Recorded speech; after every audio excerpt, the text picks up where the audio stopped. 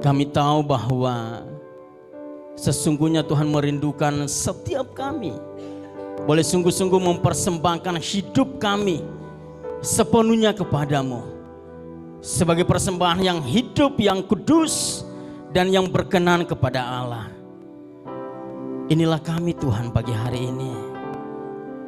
Kami percaya Engkau ada di tempat ini, menjamah melawat setiap kami. Terima kasih Bapa. Kami siapkan hati kami untuk kami menerima firman-Mu. Urapi hamba-Mu yang penuh dengan keterbatasan ini ya Tuhan. Sehingga firman disampaikan tersampaikan dengan baik, diterima dengan baik oleh seluruh umat-umat-Mu, dan kami semua dimampukan untuk melakukannya di dalam seluruh perjalanan hidup kami. Berfirmanlah Tuhan, karena kami siap mendengarkan demi nama Yesus. Sama-sama kita katakan amin. Silakan duduk jemaat Tuhan yang dikasih oleh Tuhan. Shalom bagi kita semua. Apa kabarnya Bapak Ibu Saudara yang dikasih oleh Tuhan? Luar biasa. Baik, Tuhan sangat baik kepada kita semua. Terbukti kalau kita ada hari ini semua karena Dia, semua karena pekerjaan Allah yang Ia kerjakan untuk kita. Baik, hari ini kita akan belajar yaitu satu tema, mempersembahkan hidup kepada siapa? Kepada Tuhan, ya. Dulu sebelum saya mengenal Allah yang sesungguhnya, hidup di dalam Yesus, ya, saya mempersembahkan hidup saya, tubuh saya kepada hal-hal yang sia-sia, kepada roh halus, ya, kepada roh gaib, ya, kepada setan-setan yang ada di dunia ini, ya. Jadi meskipun saya lahir dari keluarga Kristen, tapi ternyata itu hanya sebatas identitas saja, KTP saja, ya. Perjalanan hidup saya melakukan banyak hal yang tidak menyenangkan hati Allah, ya. Kelihatannya sudah melakukan untuk Tuhan, tapi ternyata semuanya adalah sia-sia semata. Nah, Bapak Ibu sudah dikasih oleh Tuhan, orang yang mampu mempersembahkan hidup kepada Allah atau kepada Yesus, kepada Tuhan, ya, adalah orang-orang yang telah mengalami Dia dalam hidupnya. Karena bagaimana mungkin kita bisa menyerahkan hidup kita kepada pribadi yang tidak kita kenal, kepada pribadi yang kita tidak mengerti, kepada pribadi yang kita tidak tahu sesungguhnya apa yang telah Dia kerjakan untuk hidup kita. Maka penting Bapak Ibu Saudara dikasih oleh Tuhan bahwa kita betul-betul memahami dengan baik, dengan benar kepada siapa kita mempersembahkan hidup kita. Baik, kita akan lihat satu kebenaran firman Tuhan. Terdapat dalam Roma pasal 12 ayat 1. Kita baca sama-sama. Roma pasal 12 ayat 1. 1, 2, 3, ya. Karena itu saudara-saudara, demi kemurahan Allah, aku menasihatkan kamu supaya kamu mempersembahkan tubuhmu sebagai persembahan yang hidup, yang kudus, dan yang berkenan kepada Allah. Itu adalah ibadahmu yang sejati. Rasul Paulus menggunakan kata saudara, ya. Kenapa Rasul Paulus menggunakan kata saudara? Ya. Kata saudara ini lebih terasa yang namanya kekeluargaan, ya. Lebih terasa penghormatan terhadap orang-orang yang ada di sekitar kita, ya.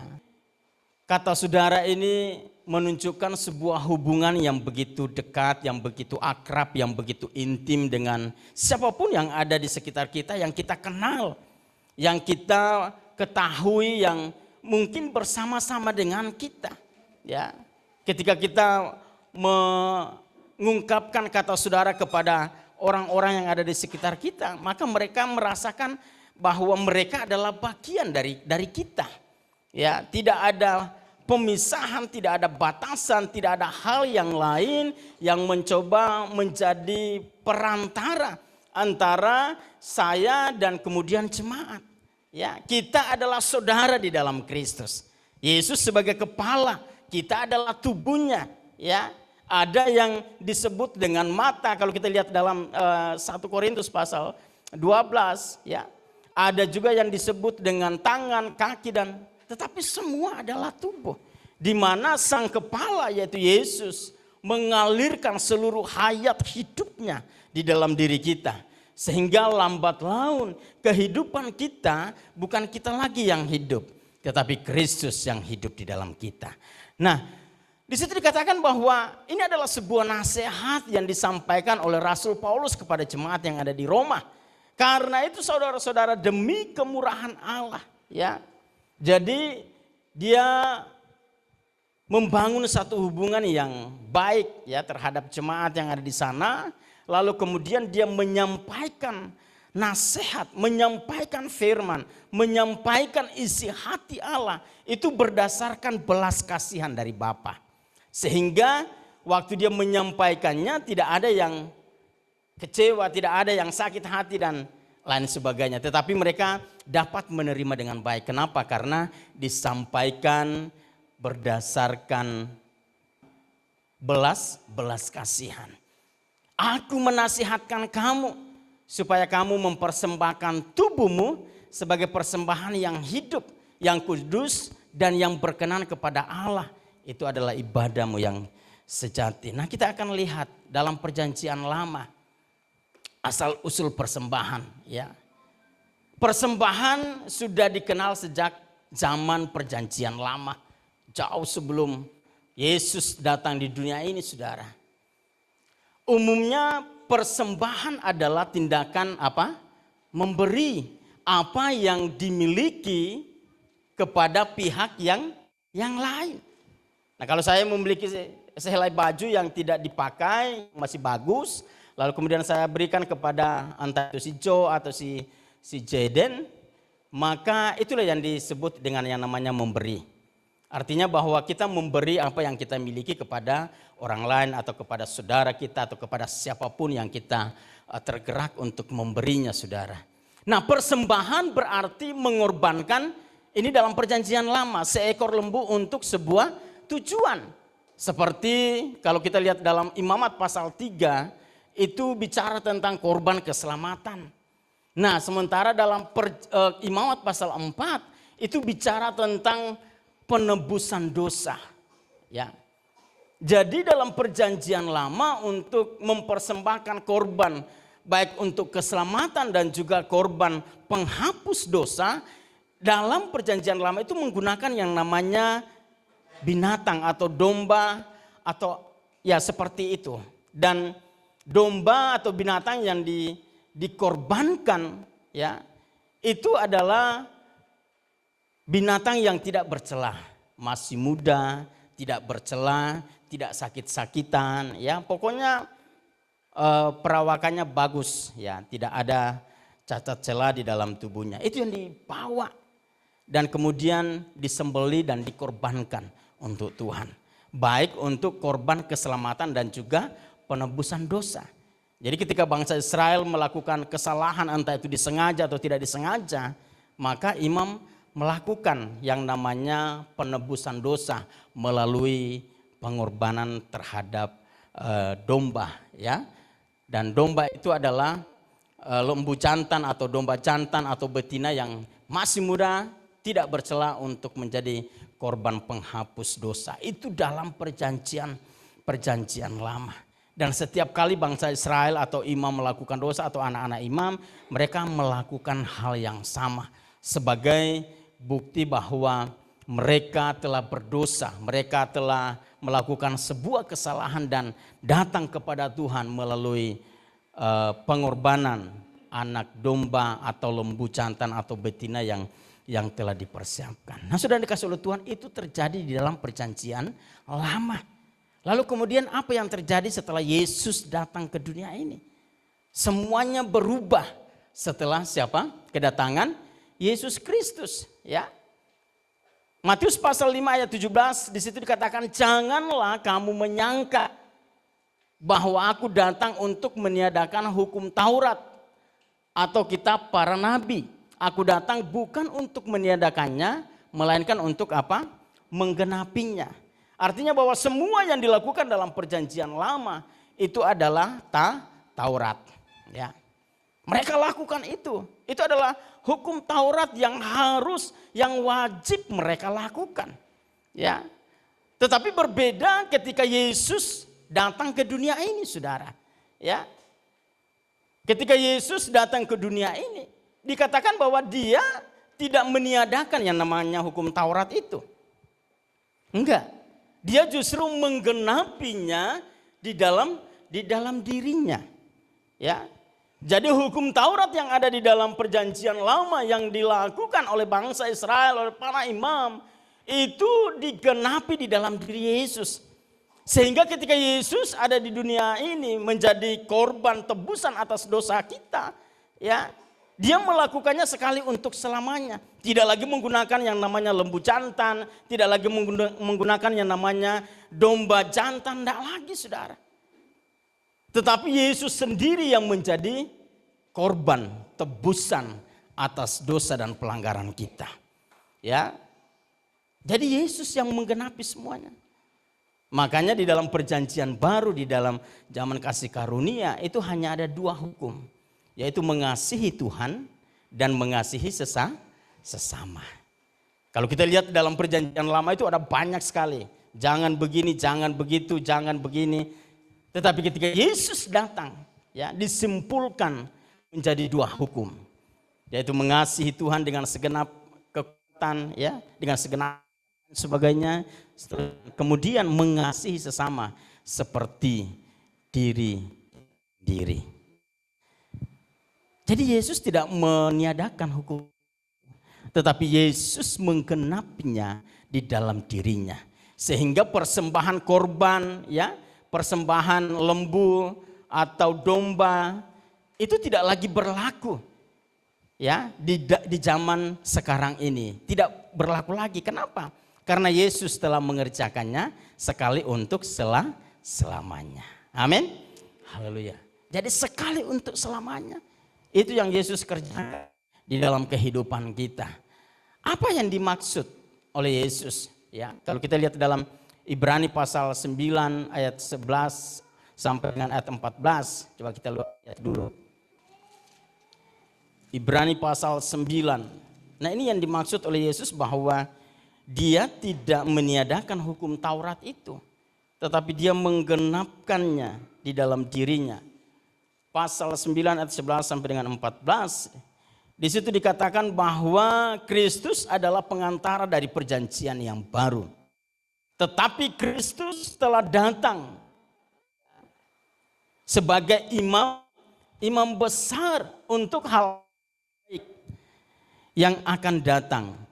Ia telah melintasi kemah yang lebih besar dan yang lebih sempurna, yang bukan dibuat oleh tangan manusia.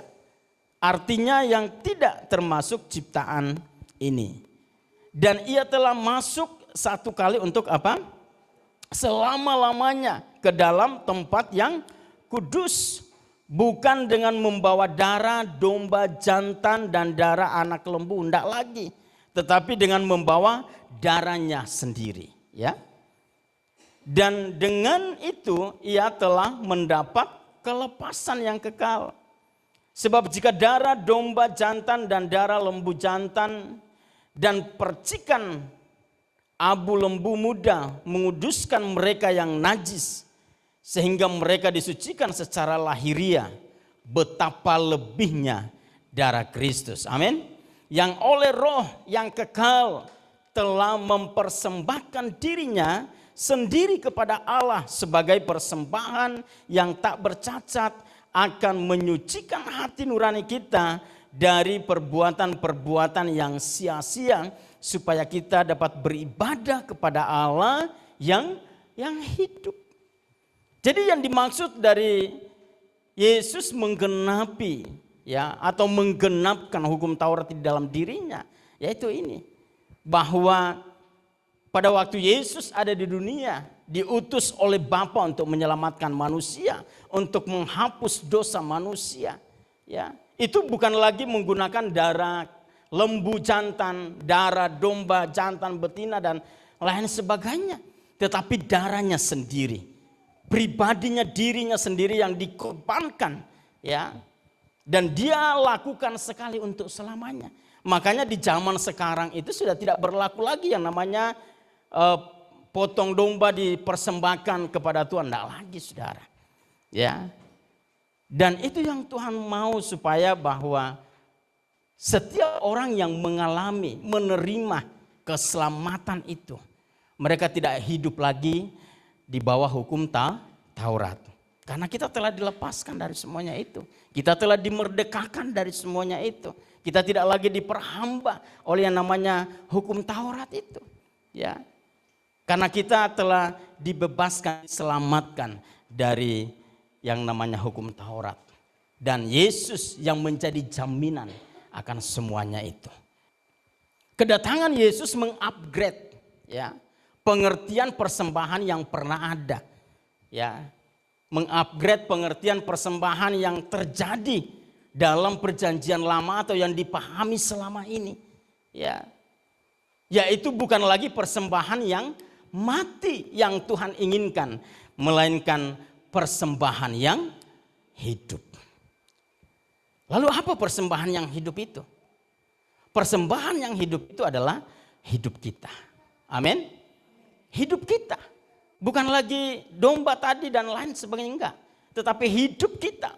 Hidup kita yang telah diselamatkan. Hidup kita yang telah diampuni. Hidup kita yang telah ditebus melalui karya pengorbanan Yesus. Maka sesungguhnya persembahan yang sesungguhnya yang hidup adalah hidup kita. Ya. Dengan kata lain, hidup kitalah persembahan itu. Apapun yang kita lakukan, baik bekerja, baik makan, baik minum, dan lain-lain, kita gunakan untuk memuliakan Tuhan. Dalam 1 Korintus pasal 10 ayat 31. Semua yang kita kerjakan, semua yang kita lakukan, bahkan makan sekalipun, minum sekalipun, kita lakukan hanya untuk Tuhan. Satu kali ketika saya pelayanan di Siantar, saudara, di daerah, kami awalnya tinggal di Baliran. Kalau ada orang Siantar di sini pasti tahu Baliran itu di mana. Nah, di Baliran, lalu kemudian di dalamnya ada kampung yang namanya Sidomulyo. Ya, itu Sidomulyo, tahu lah kalau Sidomulyo berarti orang Jawa, dan itu orang Jawa semua di situ, saudara. Ya, jadi satu kali kami pergi ke belakang, karena belakang itu banyak pohon kebun, pohon sawit, ya. Ada kebun sawit yang banyak sekali. Nah, kemudian kita nyari jamur, ya, jamur. Nah, ternyata itu ada jamur katanya yang beracun. Ya, kita nggak tahu, main pungut-pungut aja, saudara. Oke, jadi setelah itu teman saya masak jamur itu. Kita tuh nggak tahu semua, kecuali orang Batak, ya. Waktu itu memang ada satu kakak tingkat kami yang maksudnya dia tidak ada di rumah pada saat kami cari jamur dan kemudian mengolahnya. Jadi setelah masak, waktu dia datang, dia bilang ini jamur beracun loh, udah dimasak gitu. Saya ada di kamar, saya nggak tahu apa-apa tentang pembicaraan mereka. Akhirnya udahlah, kita pergi ke dapur, lalu kemudian mari kita makan. Haleluya, berdoa dalam nama Yesus dikuduskan. Haleluya, saya nggak tahu, saudara, saya pertama sekali makan jamur itu. Ya, mereka udah bingung, ini nanti si Daniel mati atau bagaimana itu. Ya, jadi ambil makan. Kenapa mereka kok nggak makan? Lihat ini saya makan gitu, ya. Makan, udah satu babak selesai, aman-aman aja. Kenapa kalian nggak makan? Itu jamur beracun loh. Loh, saya bilang, lalu kok dibiarin saya makan gitu ya? Kalian mau bunuh saya? Saudara, Alkitab katakan bahkan untuk makan pun diperlukan yang namanya iman kepada Yesus. Kok bagaimana kalian ini, masa enggak beriman kalian, hamba Tuhan, percuma kalian. Ternyata mereka sudah tahu bahwa itu adalah beracun, saudara. Dan apa yang terjadi? Setelah makan, dalam satu hari itu enggak mati, sampai hari ini enggak mati. Kami semua enggak mati, saudara. Ya. Jadi untuk makan pun diperlukan yang namanya iman. Ya. Karena kalau tidak demikian kita berdosa di hadapan Allah. Haleluya. Itu Alkitab katakan. Makanya segala sesuatu yang kita kerjakan, yang kita lakukan, yang kita perbuat, semuanya itu dilakukan dengan iman kepada Allah. Ya, tujuannya adalah supaya Yesus, Allah yang kita sembah di dalam Tuhan Yesus Kristus dipermuliakan melalui kehidupan kita. Coba kita lihat dalam 1 Korintus pasal 10 bahwa baik makan, minum, bisa dibacakan oleh satu orang yang sudah menemukan. 1 Korintus pasal 10 ayat 31. Minum, lakukanlah kemuliaan Allah. Jadi baik makan, baik minum, bekerja, ya, pelayanan, ya, semuanya kita lakukan hanya untuk memuliakan nama Tuhan Yesus. Ya, jadi bukan untuk diri kita sendiri, bukan untuk menyenangkan si A dan si B, no. Fokus kita adalah pribadi yang mulia, yang kudus, yang telah menyelamatkan hidup kita. Kepada Dia sanjungan penghormatan setinggi-tingginya. Hanya kepada Dia, bukan kepada siapapun yang ada di sekitar kita. Ya. Jadi hidup kita inilah yang kemudian menjadi persembahan. Makanya dalam Roma pasal 12 tadi, persembahkanlah tubuhmu sebagai persembahan yang hidup, yang kudus dan berkenan kepada Allah. Karena itu adalah apa? Ibadahmu yang sejati. Ya. Jadi Yesus tidak lagi fokus kepada hal-hal yang mati tadi dalam perjanjian lama. Ya. Tidak lagi fokus kepada persembahan yang sudah mati. Seperti lembu, seperti domba, enggak lagi. Tetapi pribadi-pribadi yang hidup. Ya. Pribadi-pribadi yang mengalami kasih karunia Allah. Jadi fokus Yesus itu ke situ. Dan kitalah yang seharusnya mempersembahkan hidup sesungguhnya kepada Dia. Nah saudara, bagaimana supaya persembahan kita menjadi maksimal kepada Tuhan? Yang pertama adalah perbaharui pikiran kita, mindset kita, pola pikir kita. Ya.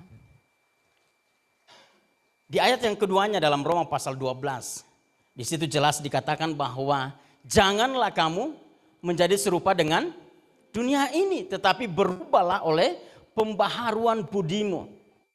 Sehingga kamu dapat membedakan manakah kehendak Allah, apa yang baik, yang berkenan kepada Allah, dan yang sempurna. Jadi selama kita masih memiliki pola pikir yang lama, ya, dalam mempersembahkan hidup kita dengan cara berpikir yang lama, dengan pola pikir yang lama, maka kita tidak akan maksimal untuk memberikannya kepada Tuhan. Ada banyak orang berpikir bahwa yang penting gua datang ibadah, tujuan saya supaya saya diberkati. Hidup saya dipulihkan, pekerjaan saya oke-oke saja, rumah tangga saya oke-oke saja. Nah kalau konsep kita untuk mempersembahkan hidup kita hanya sebatas itu, ya, maka kita tidak akan mengalami hal yang lebih lagi bersama dengan Tuhan. Ya.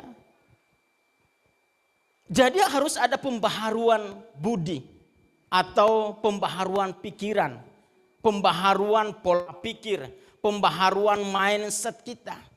Ya, selama kita masih menggunakan mindset pola pikir yang lama, ya, maka kita tidak akan mengalami satu kegerakan yang baru di dalam hidup kita. Kita tidak akan mengalami level yang baru dalam hidup kita. Kita tidak akan mencapai tangga-tangga yang baru dalam perjalanan hidup kita mengikuti Yesus. Hanya sampai sebatas itu saja. Ya. Makanya penting ada pembaharuan pikiran. Ya. Kalau pikiran kita dibaharui oleh Tuhan, kita mempersembahkan tubuh kita kepada Tuhan, bukan hanya sampai supaya kita diberkati. Enggak sampai supaya keadaan kita baik-baik saja. Tetapi kita sadari bahwa hidup ini, tubuh kita, semua yang kita punya adalah pemberian Allah. Ya, adalah anugerah yang Ia berikan untuk hidup kita. Makanya kita nggak punya hak untuk diri kita sendiri. Kita nggak punya hak untuk mengatur diri kita sendiri. Pada waktu kita berada di dalam Kristus, maka Dia yang akan mengatur seluruh hidup kita. Dia yang akan menuntun perjalanan hidup kita. Dia yang akan menunjukkan jalan-jalan, kita tinggal ikut aja saudara. Ya. Tetapi kalau kita coba mengatur diri kita dengan kekuatan, dengan pola pikir, mindset kita yang lama, maka percayalah kita akan menjadi orang-orang yang stagnan. Kita menjadi orang-orang yang bosan, kita menjadi orang-orang yang ya sudahlah, ngapain lagi ibadah. Ya, akhirnya selesai di situ. Tetapi orang yang menyerahkan hidupnya kepada Tuhan, ya, yang mendedikasikan sepenuhnya kepada Allah, maka dia akan tetap ikuti alurnya Tuhan. Mau dibelokkan kemana, mau dinaikkan ke bukit mana, mau diturunkan ke lembah bagaimanapun, kita tahu rancangan Allah bukanlah rancangan kecelakaan, tetapi rancangan masa depan yang penuh dengan pengharapan. Amin. Berubah pikiran kita, pola pikir kita mulai perlahan-lahan. Nah, bagaimana supaya pikiran itu berubah? Isi dengan firman. Belajar firman, baca firman Tuhan, renungkan kebaikan Allah. Maka hari demi hari ya, pikiran kita akan menjadi selaras dengan Tuhan. Kita mengerti, memahami bagaimana kehendak Allah dalam hidup kita. Bagaimana kita mempersembahkan hidup kita kepada Dia. Bagaimana kita memberikan yang terbaik untuk Dia. Itu yang pertama. Yang kedua adalah hidup dalam kekudusan. Ya. Alkitab katakan bahwa kuduslah kamu sebab aku apa? Kudus. Ya, 1 Petrus 1 ayat 16. Ya. Nah, karya pengudusan ini ia telah kerjakan di atas kayu salib. Makanya dia katakan bahwa semuanya sudah selesai. Apakah manusia mampu menguduskan dirinya sendiri? Tidak. Semua dikerjakan dan hanya Dia yang sanggup mengerjakannya dalam hidup kita. Jadi pada waktu kita mengalami pengudusan itu, kita jaga. Amin. Kita menjaganya karena menjaganya ini yang paling sukar, yang paling susah, yang paling sulit. Ya, untuk mendapatkannya sangat mudah. Dengan kita percaya kepada Yesus, menjadikan Dia Tuhan atas hidup kita, maka semua karya itu terjadi atas hidup kita. Tetapi bagaimana kemudian kita menjaga, memeliharanya? Apakah kita mampu? Berapa lama kita hidup di dunia ini? Berapa banyak godaan yang harus kita hadapi dalam kehidupan kita sehari-hari? Ada begitu banyak saudara. Ya. Makanya penting untuk kita tetap tinggal di dalam Dia. Terhubung dengan Tuhan. Bangun hubungan yang lebih lagi dengan Bapa di sorga. Tidak hanya ketika kita semua datang beribadah hari Minggu, komsel. No. Tetapi secara pribadi mari belajar untuk terus terkonek dengan Tuhan. Terhubung dengan Tuhan. Ya. Kuduslah kamu sebab aku kudus. Ya, kita tidak akan pernah bisa menghampiri yang kudus kalau hidup kita tidak kudus. Ya, makanya Dia menguduskan kita melalui darahnya supaya kita mampu atau memiliki keberanian untuk menghampiri Dia yang kudus itu. Haleluya. Amin. Jadi hidup dalam kekudusan. Yang ketiga, terhubung dengan Tuhan. Melalui apa? Melalui doa dan perenungan firman Tuhan. Hubungan yang tetap dengan Tuhan menjaga apa? Hati kita untuk tetap terhubung dan memuliakan Dia. Ya. Jadi hubungan itu sangat penting. Bapak Ibu Saudara kasih Tuhan. Ya. Sangat penting. Bagaimana kita bisa menghadapi cobaan? Bagaimana kita bisa menghadapi tantangan hidup? Kalau kita tidak terhubung dengan Allah, kekuatan apa yang kita miliki untuk menyelesaikan semua hal itu? Tanpa Tuhan semuanya akan sia-sia. Sama seperti ketika anting terpisah dari pokoknya. Ya, mungkin 1 hari, 2 hari, 3 hari, 1 minggu masih kelihatan hijau daunnya. Tetapi setelah 2 minggu kemudian, daun yang ada di ranting itu yang terpisah dari pokoknya atau dari pohonnya akan menjadi layu. Ya. Lalu apa? Dikumpulkan dan dibakar. Nah, demikian juga dengan orang-orang yang tidak memiliki hubungan yang secara terus-menerus dengan Bapa akan mengalami hal yang sama. Ya. Jadi sekali lagi bahwa hubungan kita dengan Tuhan, ya, itu tidak hanya ditentukan ketika kita ada di gereja, tetapi bagaimana ketika kita berada di rumah, bagaimana ketika kita menghadapi banyaknya pekerjaan, kesibukan dan lain sebagainya. Apakah kita tetap konsisten untuk datang kepada Tuhan, menyediakan waktu-waktu yang terbaik untuk terus terhubung dengan Allah. Bagaimana kemudian hati kita, apakah tetap terkoneksi dengan Dia, ataukah justru lebih memilih kepada hal-hal yang lahiriah, hal-hal yang sementara. Ya, saudara, sekali lagi bahwa hidup kita dan semua yang kita punya adalah pemberian Allah. Jadi jangan lupa itu, saudara. Ya, sehebat-hebat apapun kita berusaha tanpa Tuhan memberkatinya, maka semuanya adalah sia-sia. Jadi mari kita terus terhubung dengan Tuhan Yesus. Amin. Kita tetap terhubung melalui apa? Melalui doa. Melalui apa? Melalui perenungan akan firman Allah. Baca Alkitab dengan teratur. Supaya apa? Supaya iman kita, ya, semakin kuat, kepercayaan kita akan janji Allah tidak tergoyahkan oleh apapun juga. Meskipun ada begitu banyak badai yang terjadi dalam hidup kita, tapi pada waktu kita tetap terhubung dengan Allah, kita tetap menjadikan firman itu pondasi dasar kehidupan kita, maka kita mampu mempersembahkan hidup kita ini kepada Tuhan dan menjadikan Yesus termulia, teragung di dalam seluruh perjalanan hidup kita. Yang terakhir, Bapak Ibu Saudara dikasihi oleh Tuhan, melayani sesama dengan kasih. Ya, jadi ini penting dikasihi oleh Tuhan. Jadi melayani sesama dengan kasih, siapapun yang Tuhan mungkin bawa untuk kita jumpai, kita layani, layanilah dengan kasih. Ya, jangan melihat ada apanya, gitu ya. Kebanyakan kan melihat ada apanya. Ya, pekerjaannya bagus, oh itu aja yang dikunjungi, ya, saudara. Bukan itu. Ya. Jadi melakukan, melayani dengan kasih itu semuanya. Ya, mau kaya, mau ada pekerjaannya, nggak ada pekerjaannya, mau apa saja, ya kita layani dengan kasih. Ya, kita lakukan dengan baik, saudara dikasihi oleh Tuhan. Galatia pasal 5 ayat 13, saudara-saudara, memang kamu telah dipanggil untuk apa?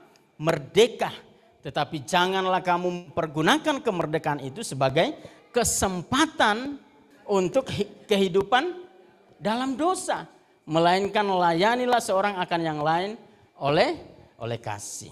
Ya. Jadi siapapun yang kita jumpai, bukan oh ini hanya untuk pendeta, oh ini hanya untuk pengurus, enggak, semua kita. Ya, ketika kita mengalami kasih Tuhan, hidup di dalamnya, bagikanlah kasih itu kepada saudara kita, kepada siapapun. Mungkin dia mencengkelkan, dia membuat kita marah, tetaplah mengasihi mereka, tetaplah mendoakan mereka, tetaplah menerima mereka. Ya, jadi jangan karena dia menyakiti, dia dari sana lalu kita cari jalan yang lain. Ku cari jalan yang lain, gitu ya. Bukan itu. Tetapi buktikan bahwa kita adalah orang-orang yang telah dimerdekakan. Kita adalah orang-orang yang telah diselamatkan. Kita adalah orang-orang yang telah mengalami kasih karunia itu. Saya yakin bahwa orang yang mempersembahkan hidupnya kepada Tuhan dengan sungguh-sungguh akan mampu melayani sesama dengan kasih. Amin. Haleluya. Apapun juga yang kamu perbuatlah dengan segenap hatimu, seperti untuk Tuhan dan bukan untuk manusia. Jadi semua yang kita kerjakan dalam pelayanan apapun itu, ya, dalam rumah tangga, dalam pekerjaan, semua kita lakukan bukan supaya kita mendapatkan pengakuan dari siapapun, ya. Tanpa mendapatkan pengakuan dari siapapun, ya, Tuhan tahu apa yang kita kerjakan. Jadi kerjakanlah, tidak harus menunggu pengakuan dari orang lain. Karena Tuhan tahu hati kita, ya, ketulusan kita dalam kerja atau melakukan apapun dalam hidup ini. Dalam keluarga, pekerjaan, di perusahaan, di mana saja Tuhan tempatkan. Belajarlah untuk melakukan segala sesuatunya dengan segenap hati. Kita tahu bahwa apa yang kita kerjakan untuk Tuhan akan mendatangkan berkat untuk diri kita sendiri. Bukan orang lain yang menikmatinya, diri kita sendiri. Jadi pada waktu kita melakukannya dengan sungguh-sungguh, dengan segenap hati tanpa harus menginginkan pujian, sanjungan dari yang lainnya, maka sesungguhnya di sanalah Tuhan melihat kita bahwa Dia adalah hambaku yang setia, hambaku yang tulus, hambaku yang murni. Dan kita percaya bahwa segala apapun yang menjadi kebutuhan kita terpenuhi di dalam Kristus Yesus. Puji Tuhan, Tuhan Yesus memberkati kita semua.